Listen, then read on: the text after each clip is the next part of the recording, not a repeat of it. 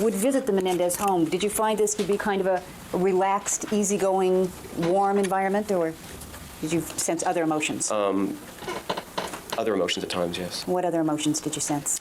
I feel that Mr. Menendez ran his home as though it was a company and he was the chairman of the board.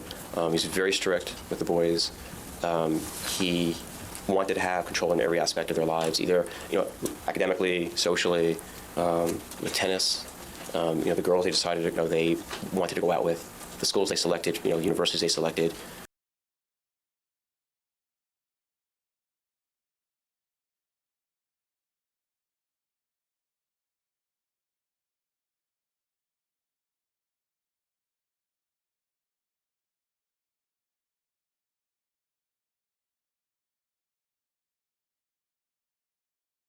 We wanted to go to college really bad. We were getting away from him, We were trying to stay away and doing other things. Do you remember telling him that? Yes. Who was the him you were telling him you were trying to get away from? Dad. Did he follow up on that? Did he ask you why were you trying to get away from him? No.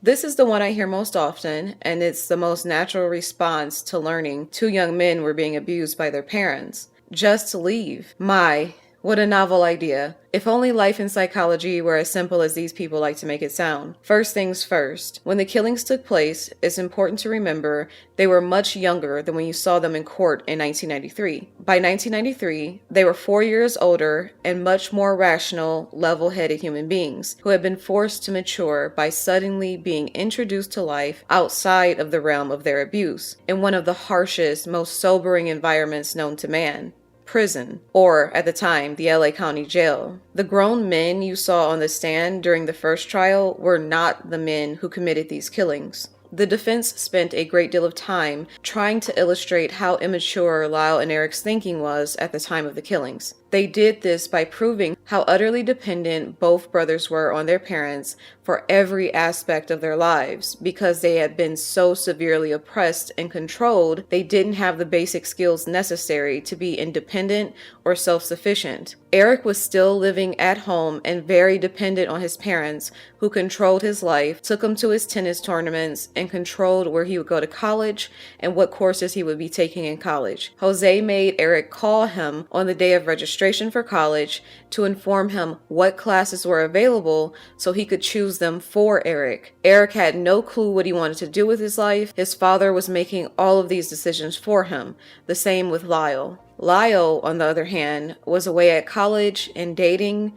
He was actually engaged at the time to a girl named Jamie. But the truth is revealed, even by the prosecution witnesses, just how much Lyle's parents controlled his life from afar. They spied on him through his Aunt Terry, who lived on the East Coast, and they also controlled his friends to the point where Lyle felt he needed to brainwash his friend, Donovan Gaudreau, on his dad's books to get him to be acceptable for the dad so that Lyle could have even one close friend.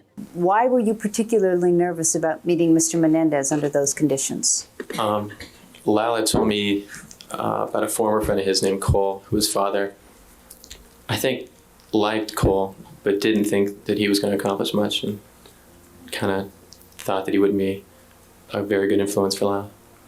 Did you have the sense that Mr. Menendez picked Lyle's friends and girlfriends? Maybe not necessarily picked, but had a really strong influence in choosing them. Okay. And did you practice for this dinner table conversation? Yes, we did. How did you practice? Well, he would play the part of his father. He being Lyle? Yeah. And you would be you? I would be me. And how often did you practice before this dinner table conversation? I can't recall how long we did it, but it seemed like maybe a little more than an hour. And after you had this hour practice session to meet Mr. Menendez, was the actual meeting similar to the way the practice session had been? Yes, it was. Mr. Gaudreau, can you see from where you are the book that I'm holding up? Yes. The Greatest Salesman in the World by Og Mandino? Yes. Do you recognize this book? Yes, I do. How is it you recognize it? Lyle gave me a copy of that book. Who had directed him to this book? His father. Did Lyle seem to be able to quote sections, passages of this book? Yes, quite readily. And did you learn to memorize sections of this book also? Yes, I did. And Lyle's girlfriends and intimate partners were also being manipulated and sabotaged by his parents. Did Lyle date Christy? Yes, he did. And how long did that relationship last? A few months. At some point, did the relationship end? Yes, I believe it was the end of April of that year. Of 1989? Yes. And what were the circumstances of that relationship ending? Mr. Menendez, and again, I was mostly hearing this through Christy, that he didn't approve of Lyle dating her. She was 8 to 10 years older than he was, and he felt that, his parents felt that she was a little bit of felt that she was a gold digger, and that she wasn't right for him. Did he express that his father and mother had disapproved of that relationship? Right, and they basically preferred that he ended that relationship. Yes, I'd fallen asleep on the couch, and Kitty came with the cordless phone and said that Lyle was calling from the car, and I took the call. And he insisted that I wait for him, that he wanted to see me, and he apologized for having had to leave. So I did decide to wait. And about 5 minutes later, she came in the room and told me that Lyle had changed his mind, that I had just better go ahead and go home. I sort of said, "Are you sure?" He was very insistent that I stay. And she said, "No, I'm sure. You just better go ahead and go home. But before you do, I'd like to speak with you." And I said, "Okay." She said, "Tracy, I have several questions for you." And she sort of had this tone about her, already accusing, and I didn't ever feel very comfortable around her anyway. And the first question she asked me was, I having a sexual relations with her son? And that's not something anyone's ever asked me, and I was absolutely blown away, and I was brought up to tell the truth, and I said yes. And she was real upset. Her voice and face started to look more, like she was bubbling inside. And I said to her, how did you want me to answer that question? Sort of, my head was swimming because I was so embarrassed and nervous. She basically said that she had seen girls like me before, and that whatever I wanted from her son, I wasn't going to get. And if I thought I was going to get a hold of his money, then think twice. And about this point, I had pretty much taken what I was going to take. I went to get up, and she literally grabbed my shoulders and shoved me back into the chair. And I'm getting emotional about it now. I have never had anyone physically do anything like that to me. And she just was standing above me, and it was just amazing that some person, I'm sorry, I'm talking and rambling, but I was amazed. And I've never had that happen to me in my life, and ever in the past or in the future. He doesn't date girls like you, and just bizarre things that a normal person doesn't say to another person. It was very rude, and I grabbed myself. I was almost crying. I grabbed my things. I ran to the guest house. I said, "I'm really sorry that I offended you," and I kind of, whatever I said, I don't remember, just to get out of there. I got in the car and cried all the way home, and I think to this day my self-esteem is just affected by it. I still feel like I'm not good enough.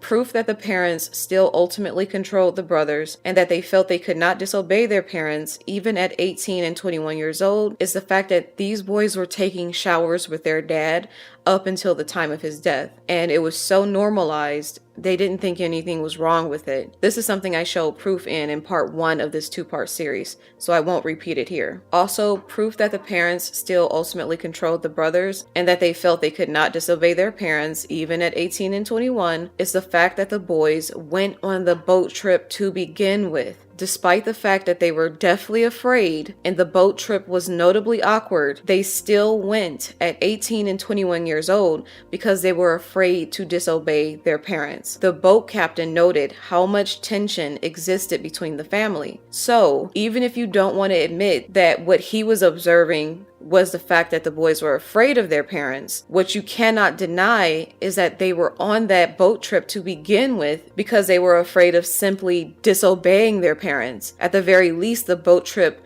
illustrates that something caused the tension that the boat captain and his crew noticed. But what's significant about that is that it was quite evident that the boys didn't want to be there. They sat on a difficult to access part of the boat, the front of the boat, and chose to remain there throughout the entire trip, away from their parents, and again, on a difficult to access part of the boat, so you can derive whatever you will from that fact, and they were drenched with freezing water, and the captain said they looked extremely uncomfortable and were shivering, but they remained there huddled together. There is a reason for that. And again, whether or not you want to believe they were afraid for their lives on that trip, like they testified they were, you can't deny that the simple fact that this 18 and 21-year-old were on this trip they so clearly didn't want to be on because they were in a position where they felt they could not disobey their parents' wishes. That is completely demonstrative of what they said the climate in that household was like and how dependent they still were on their parent and how obedient they still were to their parents' wishes. That matters because it helps to prove their emotional immaturity at the time of the killings, which is the crux of their defense because this emotional immaturity and arrested development was caused by the severe abuse and dysfunction in the home. The point here is that mentally they were not grown men at the time of the killings, and several psychiatric experts attested to that fact. All evidence supports this. Even prosecution witnesses corroborated their emotional immaturity, like Lyle asking a man he had only known for 8 days as a hired bodyguard for life advice and advice on what to buy as far as clothes and shoes, and also telling him he was like a father figure after 8 days. Now, I think you testified that although you only knew Lyle Menendez for the 7 or 8 day period, that he, in fact, was consulting you about decisions in his life, correct? That's correct, sir. And that was something that stuck out in your mind, isn't that true? Yes. He would ask for your advice as to whether you thought it was good for him to make a particular purchase. Yes, Is that sir, at correct? times, yes. And those were the words he used. He said to you, do you think this would be good for me? I wanted, at several times he said that to me, yes. And that extended even to such minor items as clothing that he was purchasing, correct? Yes, that's correct. And this is from a person that you knew less than 2 weeks, right? Yes, sir. That seemed unusual to you, did it not? Yes, sir. And I think you also mentioned that at some point in time, he in fact mentioned to you that you were some sort of a father figure. He said that I remind him a lot of his dad. Right before we stopped bodyguarding Lyle, we were at the Princeton Hyatt. We were having lunch downstairs. And that's when he said, he thanked me. He says, Rich, I want to thank you. He says, you stood by me and you helped me out a lot, he says, and thank you, he says. After the killings, they were also consulting many adults for the things they did after their parents' deaths, which I'll speak more about later when I cover the so-called spending spree. For example, Erik asking his lawyer to be there to help him purchase a car because he had no idea what to do with the money. And this is not something that is a lawyer's responsibility. And are those documents regarding the purchase of a Jeep? Yes. Were you with Erik when those documents were filled out? Yes. And did you advise him in making the purchase of the Jeep? Yes. What was your role with respect to that purchase? I assisted him in the negotiation of the purchase.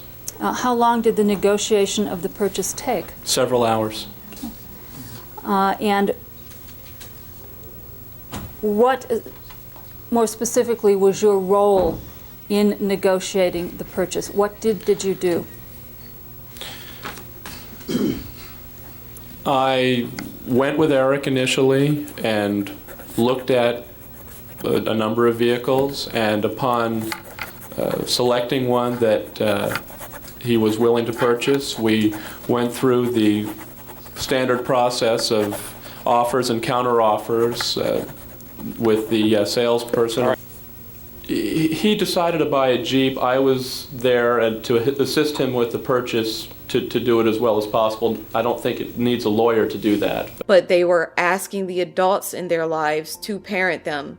Even Lyle, who was the older brother, despite them being 18 and 21, they still needed parental guidance. They were still crying out for help in many ways, even after killing their abusers. They were lost without their parents' oppressive, authoritative control, which had made them utterly dependent on them and immature for their age. Erik was literally sleeping in his cousin's bed because he was so afraid of sleeping alone. He also slept in Lyle's bed one night before the killings because he was so frightened. Do these sound like grown men to you? Or two boys cosplaying being adults and failing miserably after suddenly being freed from their abusers and having no idea how to do life without major input from other adults? I made this point in my last video about how obvious their emotional immaturity was at the time of the killings. This immaturity can be detected in the killings themselves and their paranoia and irrationality leading up to the killings.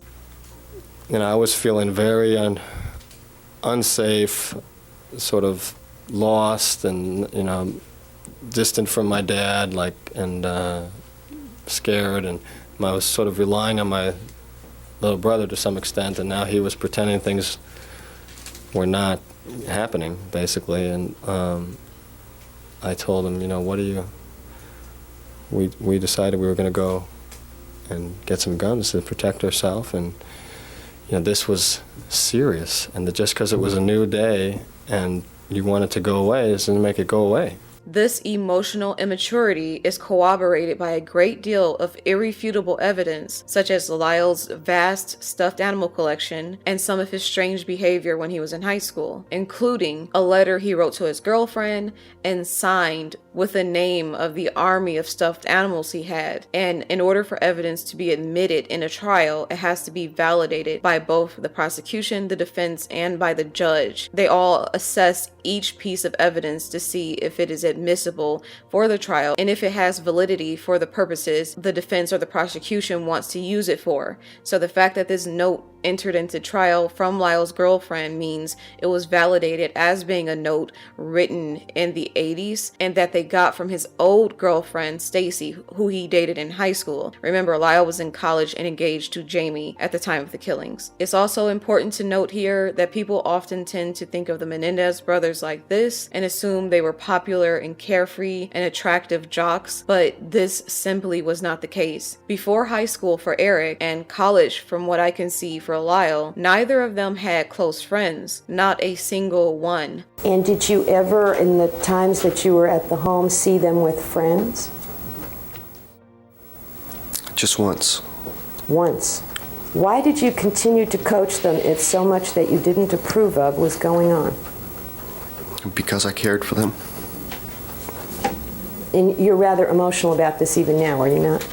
Yes. And what impact did you think your being there had? Well, I thought it was about all they had. In what sense? What do you mean by that? As a friend. They were described by teachers, coaches, and relatives as friendless, lonesome, pathetic, quiet, morose, standoffish, and repellent when it came to physical affection. Were you able to get to know Lyle or Erik during these years, 79 to 82? No. It was very hard to get to know my cousins. I did not see any of my other female cousins get to know my cousins any better. Then why don't you first describe how Lyle behaved at these family gatherings from 82 through 86? Lyle was the more social. He would, we could actually converse with him for the first time, really. I had never really had a conversation with either one of them. So Lyle would actually ask me how school was, how my athletics were, could actually converse with him. He showed an interest in what you were doing? Yes, he did. Erik was still very difficult to hug. They were both difficult to hug throughout, but at this time, Lyle was, in Latin families, we tend to say hello with a hug and a kiss on the cheek, and it was, with Erik, it was very difficult. It seemed like he had a hard time receiving affection. Did he have a hard time receiving physical touching? Did you notice that? Yeah. When they were younger, during the 79 through 82 period, did you also notice that both of them would pull away from hugs? Yes. Did both of them at that time seem to be having difficulty receiving affection? Yes. Tell us what they did when they were younger, when someone tried to hug them. They would pull away and stay very stiff. They would just stay very stiff and not reciprocate any affection. I mean, it was almost very uncomfortable to even try to hug them because it was a stiff lug which you were hugging. In the later years, you found that Erik still had that reaction to your attempts to hug him? Yes. Overall, the answer will stand. And what about, as compared to Lyle, who was making social conversation, would Erik do that in the later years? No, he didn't. What did he do at these gatherings? I didn't see him interact very much with anyone. If anyone, it was with my younger brother, Andy. So that's the only person in the family you saw him interact with? Yes. Would you try to talk to Erik, ask him questions, start a conversation? Overall. Yes, I would try. I would try to, but it was clear that after a few monosyllables as answers that I wasn't going to get very far to get to know him. What was Erik's personality like? He was quiet. I just remember him being very quiet, very to himself. By 1979 through, say, 1982, how would you describe Erik during that period of time? He was very distrustful. He would not look straight to my eyes. He would not allow me to have a conversation with him. He was stuttered. Stuttered? Yeah. Did he seem happy, sad, what? He looked like a very sad young man. Did he seem outgoing or did he seem shy? No, he was very shy. Did he seem self-confident or did he seem nervous? No, he seemed very insecure and very distrustful was the word. I mean, he just did not. Was Lyle ever a discipline problem in your class? Never, never. Did he ever speak? Never offered a word, had no sense of humor, was very unusual, a very unusual child. Unusual in what way? Unusual that he was unlike all the others. In what way? Quiet, never ever offered a word in class. He had a look which worried me, which was he could disassociate himself from what was happening in the class. Did Lyle have a lot of friends in school? No. How would you describe him? A member of a group, a loner? How would you describe him? A loner. Sad, pathetic, alone, morose, non-communicative. They were very peculiar boys in many ways. Erik cried hysterically, even in high school, and this was well known by his teachers and his peers because he did so in class multiple times in front of everyone. Or if he were asked to take a quiz for which he knew he was not prepared, he would become very upset and he would cry. It's very unusual. Most ninth grade boys do not cry, especially in front of their peers. Did Erik appear to you to be a fearful student? Yes. When he did well, he was ecstatic. When he didn't do well, he usually cried. Now you mentioned crying. Yes. Did Erik cry in class? When he received a poor grade. When he cried in class, was this in front of the other ninth graders? Yes. Did that happen every time he received a bad grade? To the best of my knowledge. Mrs. Sharp, was crying in class unusual behavior for a ninth grader? Yes, for a ninth grade boy especially. The other children in the class react to Erik's crying? Yes, they were very supportive because they were accustomed to this. He cried in his other classes also. Erik struck me as a very sad kid. I never saw what I would call a sense of joy about him. I would conclude that the clowning around was to get attention, to show that he was one of the kids when in fact he had, as far as I could see, no particular buddies in that classroom. Did he seem to be lonely? He was a very alone kind of person, yes. And I was struck by how often teachers referred to his anxiety. Then Erik moved to California and went to high school in Beverly Hills. He began to make friends for the first time ever and was desperate to keep them. And what was different about your social life in California than when you lived in New Jersey?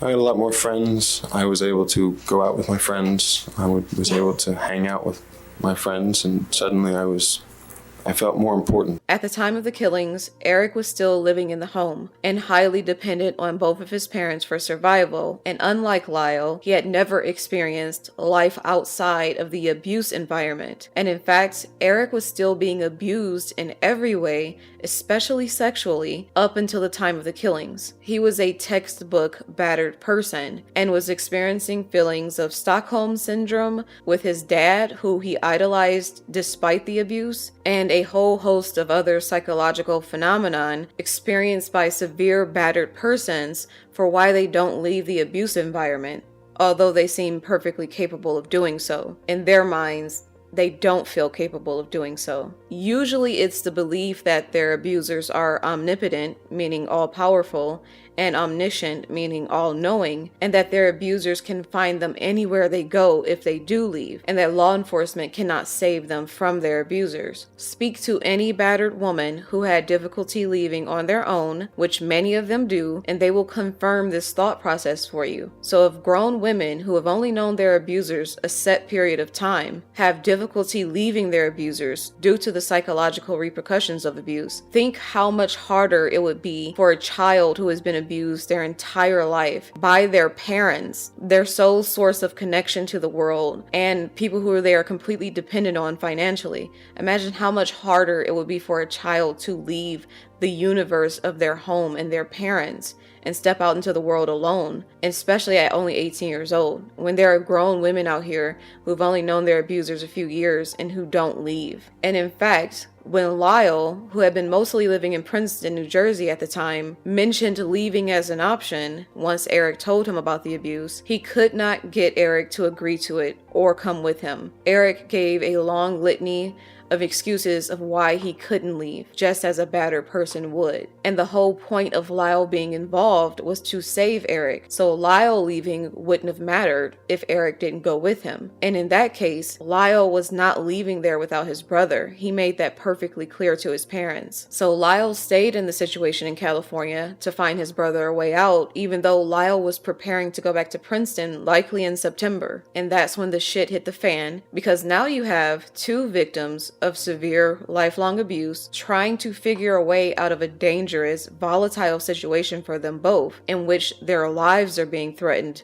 by their abusers, and a situation that involved the one person they were both still totally emotionally and financially dependent on, their father. No evidence presented in this case from either the defense or the prosecution could lead anyone to believe this would have been an easy home to leave if the boys chose to. Every aspect of this case and the facts made available supports the idea that detaching themselves from their obsessive, abusive, stalkery parents would have been incredibly difficult, just as the boat captain, who was a prosecution witness, came in and illustrated. His testimony inadvertently corroborated the brothers' testimony that they had difficulty leaving their parents and disobeying their parents. That's why they were on the boat trip the day before their parents were killed, despite them not wanting to be there and despite them being 18 and 21 years old. They were on the boat trip, clearly fearful because they were afraid to leave the day before the killings. This is then compounded by the fact that, in general, as human beings, Our prefrontal cortexes are not fully developed until we are at least 25 years old, and this is the part of the brain responsible for executive functions like rational decision making, emotion regulation, impulse control, as well as things like your ability to strategize in life and properly socialize, and many more complex tasks and behaviors that contribute to making us fully grown, fully functional adults, which neither of these boys were, not in reality and also not on paper by their age. Erik was 18, Lyle was 21. So when people say the Menendez brothers were grown men and should have just left, that grown men part is highly debatable, especially considering the circumstances of their abuse and the oppressive home environment. Telling two severely abused boys they should have just left home is not only asinine, but is not as practical as you think it sounds, logistically speaking. In their case, they had nowhere to turn. Literally, they didn't have one parent who was protective of them and who they could partner with to escape the abuse. Their mother was hateful, mentally ill, an addict, and was monstrous to them as well. She was fiercely loyal to the father despite his infidelity and his abuse of her, and she was also well aware of the father's sexual abuse of the boys. Erik said they found this out shortly before the killings, and Lyle also told her about his sexual abuse when it was going on when he was around 6 to 8 years old. And the fact that she knew of the dark family secrets was also actually corroborated by the notes of her own therapist, who she was seeing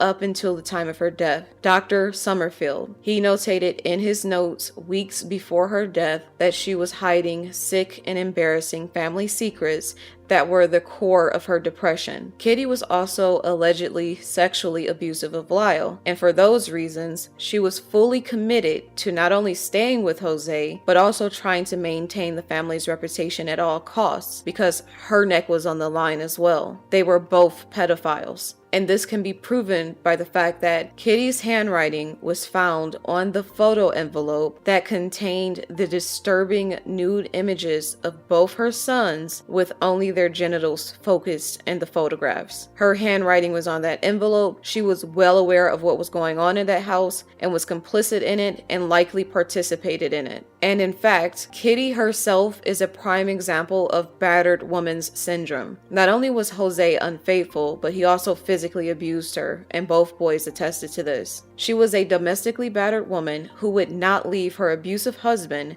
and who did everything in her power to protect his secrets. She reportedly came from an abusive household herself, so the abuse she inflicted and helped to cover up was a generational plague. Therefore, these two boys who did not have an ally in their mother who they could have escaped with and then evaded Jose's grasp in a new life, they had a battered woman for a mother who equally abused them and who equally did not believe she could leave the abusive husband or give up on her family or her image and reputation, which made an already volatile family dynamic much, much worse. Had the brothers left for the reasons they would have left for, meaning because Lyle found out the dad was sexually abusing Erik at 18 years old, then their abuser, who is a powerful exec over many major companies, including different arenas of the entertainment industry like RCA Records and Carol Cole Pictures, would have used his unlimited means and connections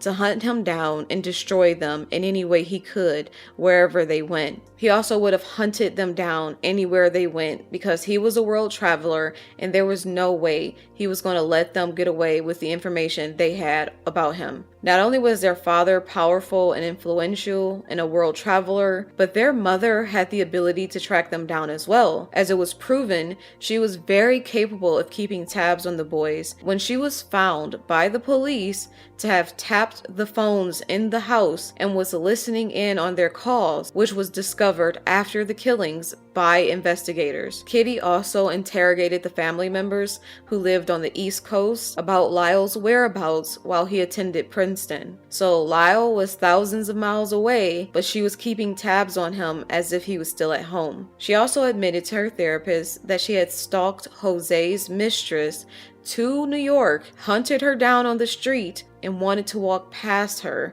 to see what she looked like. All of the boys' fears of the parents' ability and willingness to track them down anywhere they fled to is totally corroborated by the facts of this case. Scarier still is that Kitty purchased a rifle in front of Erik and told him that she was going to kill someone, and the defense provided the receipt of this purchase. This is another verified event that Erik spoke of that had receipts. There were also other guns in the house which were removed by the police and which contributed to the boys' fear that the parents were going to kill them and that the parents were capable of killing them. A man like Jose Menendez refused to accept defeat and be humiliated by his sons by having them escape or having his sick secrets revealed to the world. That makes him a very dangerous human being, in addition to his power, wealth, influence, and his outright threats to end their lives if they ever exposed him. They were conditioned to believe he would kill them if they ever told anyone about the secrets of the family. So who the hell were these boys supposed to go to that would protect them? The coaches they saw degraded and eviscerated by their father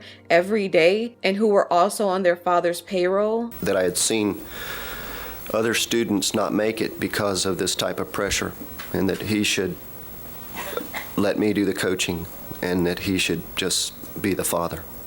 And what was his reaction to you as the coach after teaching them for 5 years, giving him this advice? He just said I was naive and that I was fired. And he just dismissed you at that point? Yes. You would visit the Menendez home. Did you find this to be kind of a relaxed, easygoing, warm environment, or did you sense other emotions? Other emotions at times, yes. What other emotions did you sense? I feel that Mr. Menendez ran his home as though it was a company and he was the chairman of the board. He's very strict with the boys. He wanted to have control in every aspect of their lives, either academically, socially, with tennis. The girls they decided they wanted to go out with, the schools they selected, universities they selected. And Mr. Menendez came running onto the court. Again, East Brunswick Racquet Club, it's an indoor structure, and he was behind the window, and he felt that the lesson, I was making it too easy for him. So he basically came down, run all the way to the far court on the right side, and basically started yelling at me, feeling that I was making it too easy for his son. And I tried to explain to him that I wanted him to gain confidence in his overhead, and he basically didn't understand, my reasoning for that, and just basically walked off, gave me basically a dirty look and walked off the court. You told us about an incident with Erik Menendez in which his father interfered in the teaching that you were doing? Yes. Now, is that something that happens a lot with parents who are very concerned about the progress of their children? It has never happened prior to that, nor has it happened after that. He says, "Don't fuck with my son's future." Is that fucking perfectly clear?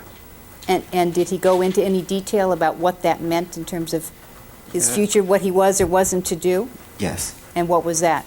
Tennis was just, I was babysitting now. As a babysitter for his tennis, he was going to go to Princeton. Now, when he put his hand up, why didn't you just speak your piece? I knew. That was the end of the conversation. But why wouldn't you just go ahead and explain what your views were? I just felt that was it. No more to be said. Dismissed. Okay. Did you later repeat this conversation to Lyle? In April. And how did he react? Did he say anything right then? He didn't say anything right then. He just looked very sad, like all of a sudden. And I think he knew something happened. Did he then go into play? The next morning. And what happened? Something that I've never seen before or after. How long have you been coaching? 20 years. Something very strange happened. He walked to the net and had a small conversation with his opponent and walked off the court. Their friends and girlfriends, who the parents threatened and intimidated and forced them to cut from their lives. In May of '89, was that after you'd had this conversation with Donovan that you received a phone call from your dad? Yes. And what did your dad tell you? Well, my dad told me that he knew about Donovan. Now, did you know what he meant when he said he knew about Donovan? Yes. And what did he mean? My friends had been telling me that Donovan sounds basically a con artist. Did Glenn seem to be encouraging you to sever your relationship with Donovan? Yes. Did you want to do that? No. Why? Because I loved him. And then you get a phone call from your father, is that right? My dad found out somehow and said that he wasn't enrolled in the school. When you were asked to leave the dorm room, who asked you to leave? Lyle did. Can you tell me how that happened? On early May, 7th, 8th, or 9th, I'd woken up, he was gone. He came in to the room, and behind him was Greg Guest, Hayden Rogers, and Glenn Stevens, that he found out that I wasn't going to be a Princeton student, and he feels like he was let down in the friendship, and asked me to leave. Did he seem sad?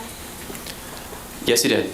Did he question whether you'd been honest with him about your feelings and whether the friendship was genuine? Yes, he did. Did he seem to be hurt? Oh, yes, very much. Did he receive a call that morning from his parents that you know of? I did answer the phone. His father did call. You indicated there was only one time you actually heard Mr. Menendez yelling and screaming. Yes. Was that an episode that occurred late at night? Yes. Did it involve a person that Erik knew? Yes, Craig Signorelli. Did you hear Mr. Menendez yelling something at Craig Signorelli? Yes. Did this take place outside the Beverly Hills house? Yes. It took place pretty much in the driveway. What did you hear Mr. Menendez yelling at Craig Signorelli? Can I say the exact words if they're not? You may say the exact words. He said, if you ever, it was very loud, but if you ever come around here again, I'll fucking kill you. Or how about the teachers that the parents openly intimidated and demeaned and created an atmosphere in the schools where the teachers were afraid to report to the parents on anything regarding the sons because the parents were just that scary. They felt their jobs would be put at stake if they gave the parents negative reports about their sons. Was Mr. Menendez frightening to you? Yes. How was he frightening? In what way? He tried to tell me that I did not know what I was doing, that I was a bad teacher, that it was my fault that his son wasn't doing better in school. Did you ever notice anything unusual about Mr. Menendez's eyes? Yes. He had very, very expressive eyes, and they were frightening. I wish I could do it, but he would look down at you so that you would have to look up at him, and it was frightening. Now, the reports on the first page, I think you've established are fairly negative in tone. Yes. And the one that was written on March 1st, 1980 is more positive in tone. Mm-hmm. Is there something that happened between the writing of those first three reports and the writing of the report on March 1st, 1980? Yes, there is. And could you tell the jury what happened in terms of your interaction with either Lyle or his parents? An appointment with Mr. and Mrs. Menendez. I'd been working at school all day, and they were late. The appointment, I think, was somewhere like 10:30 in the evening. They came in rather... I was leaving the building, as I remember, and they came in and accosted me. That would be a good word to use, I think. Then went back into the building, into the dining room where the conferences were taking place. And I mean, I didn't feel as if I had a whole lot of choice. I certainly had never been spoken to in all my umpty-ump years of teaching in the way that Mr. Menendez spoke to me. And did Mr. Menendez accept this gracefully? No. Not at all, and Kitty accepted it even less gracefully. Were they confrontational with you? Extremely so. Were they frightening? Yes. Were they intimidating? Yes. Did the teachers talk about problems that they were having with Lyle and Erik? Yes, they did. And did they talk about problems they were having with the parents? Yes, they did. Secondly, I really didn't welcome confrontational meetings. Meetings whereby I would have to be put in an aggressive position. Why didn't you pick up the phone and call Mrs. Menendez and say, you got to stop this? It wouldn't have worked. And you knew also that, your job could be put at stake. They were intimidating people. They intimidated all of us. That is insane. That is like what you would expect from a crime family. And that's the level of intimidation these two parents wielded with their power and wealth on the people they met in life. Everyone who encountered the family felt this way about them. No exceptions. Or should the brothers have run to the family, who all feared Jose, and never stood up to him in any respect, let alone regarding the way he was raising his sons or treating his wife? And what was the incident with the cemetery? Jose had taken Lyle and Erik to a cemetery when it was dark, and then on some signal, apparently, he and Lyle ran out of the cemetery and left Erik there. And Erik was crying, and they wouldn't go back and take him out for a while. And was there any explanation given for why this would have been good behavior, good parenting? Jose said that Erik had to learn not to be afraid. In fact, the only person who ever raised issues with the way Jose was treating his sons was yelled at and kicked out of the house by Jose. And this was the home of Kitty and Jose Menendez, is that correct? Ma'am. Yes. And at the time you were staying there, were the boys small? Yes, they were very small. We're going back to 1972 or 1973. So in 1970, say if it's 1973 and Lyle was born in 68, he would have been about 5 years old? Yes. And Erik would have been about 2.5? Just about. Okay. How did the situation start? Let's do it that way. Yes, we were having a family gathering, and Lyle was very restless and hyperactive. He couldn't sit still, so he was kind of running. And Jose shouted at him, "Stop!" And apparently he didn't hear.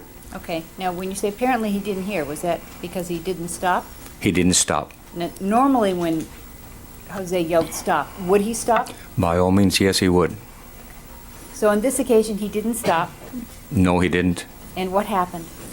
Well, Jose stood up, grabbed him, and just looked at him, and right in the eyes, and said something to him that I couldn't hear. And Lyle became incontinent at the time.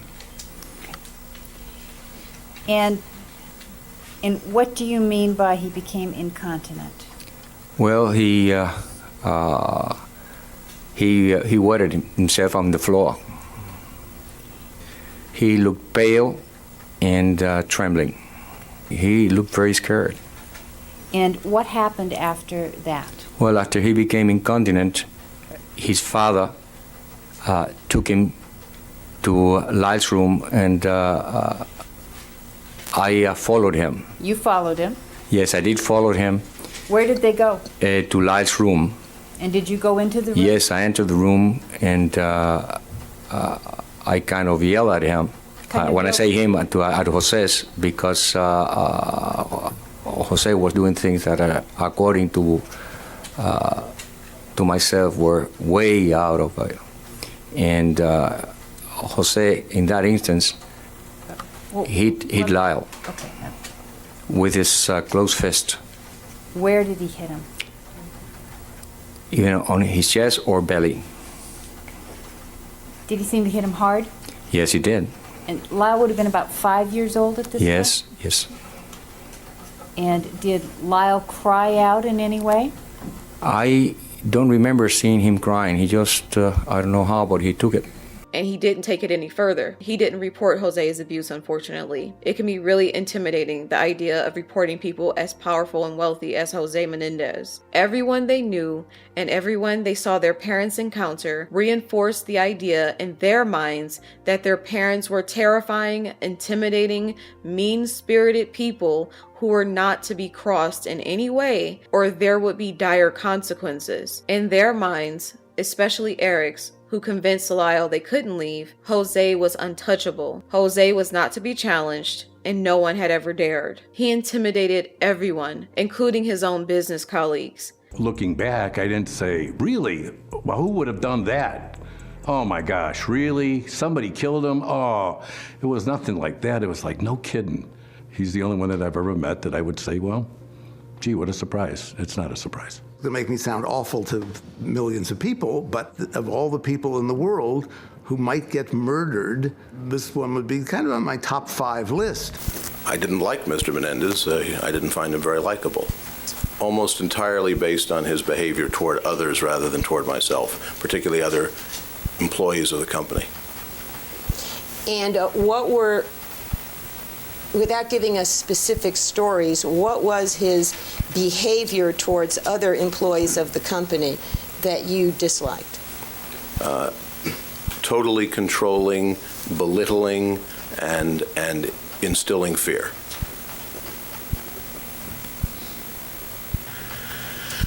Well, characteristically, he treated them in a way that I would call sort of entrapment. He would get them to say things which he would delight if he could lead them down a path where they were clearly wrong and then expose them in front of others as having been wrong. And did this cause humiliation? It did. At the same time, he did also have another side, a way of dealing with people. Sometimes that he would make them feel good. He would constantly be going one way or the other. You didn't know with him. What do you mean you didn't know? What didn't you know? Well, my observation was that his basic approach was to constantly be in a position of control exercised through this uncertainty as to where you stood with him. But in order, obviously, to get performance out of people, he would alternate between never praise. He didn't go that far, but sometimes he could be charming and then turn a completely different side to you. And did this make people sort of unbalanced? They didn't know what to expect from him? Yes. This cannot be denied. The prosecution admitted they could not find a single character witness to utter one decent thing about either parent, especially Jose, except his secretary who was on his payroll. I couldn't find anyone to say anything nice about Jose Menendez except for his secretary. And everybody else had just these awful stories about him and what a monster he was. The loss of Jose Menendez, in my mind, was an actual plus for mankind.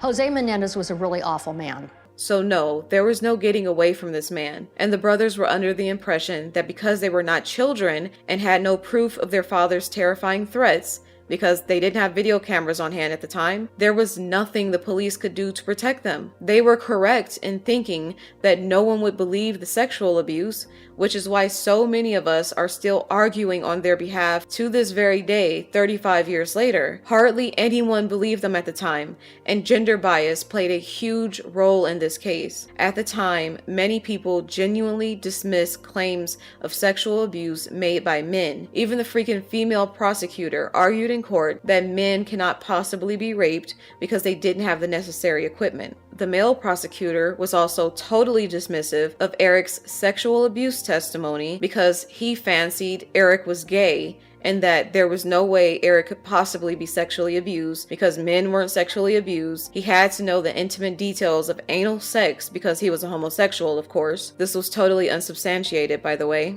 And also, the male jurors the ones who did vote for murder, all did it because they could not believe the boys' sexual abuse, let alone the innumerable other forms of abuse for which evidence was presented and which also led to the killings. It wasn't just the sexual abuse that led to the killings. In fact, I would argue that it was more so Jose's domineering demeanor, his threats, and his scare tactics that led to the killings that day, not just the sexual abuse. I believe it was Jose's intimidation tactics that led to the boys' increased state of paranoia and the heightened fear state in which they acted and killed their parents in a state of like mania. 1989 was not the world we live in today, with societal consciousness about sexual abuse, what it looks like, who can be victims, and how deeply it can affect one's life long term. Knowing no one would believe the abuse, the brothers remained at home and made the decision to arm themselves for protection while they tried to ingratiate themselves with the parents again, because they felt they could not be helped by anyone else. And so they wanted protection sleeping in that home at night because they were convinced something was going to go down at night. And they were convinced no one could help them, including law enforcement. And again, this is a very valid belief on their part, because even most battered women are at best given a restraining order which does nothing to physically protect them. And restraining orders always come at the petrifying cost of pissing off your abuser, who is then charged with the crime and publicly served with the paperwork in a humiliating fashion. Just look at the outrageous statistics of women killed by domestic partners who they had broken up with or who they were in the process of leaving. The law could not help them.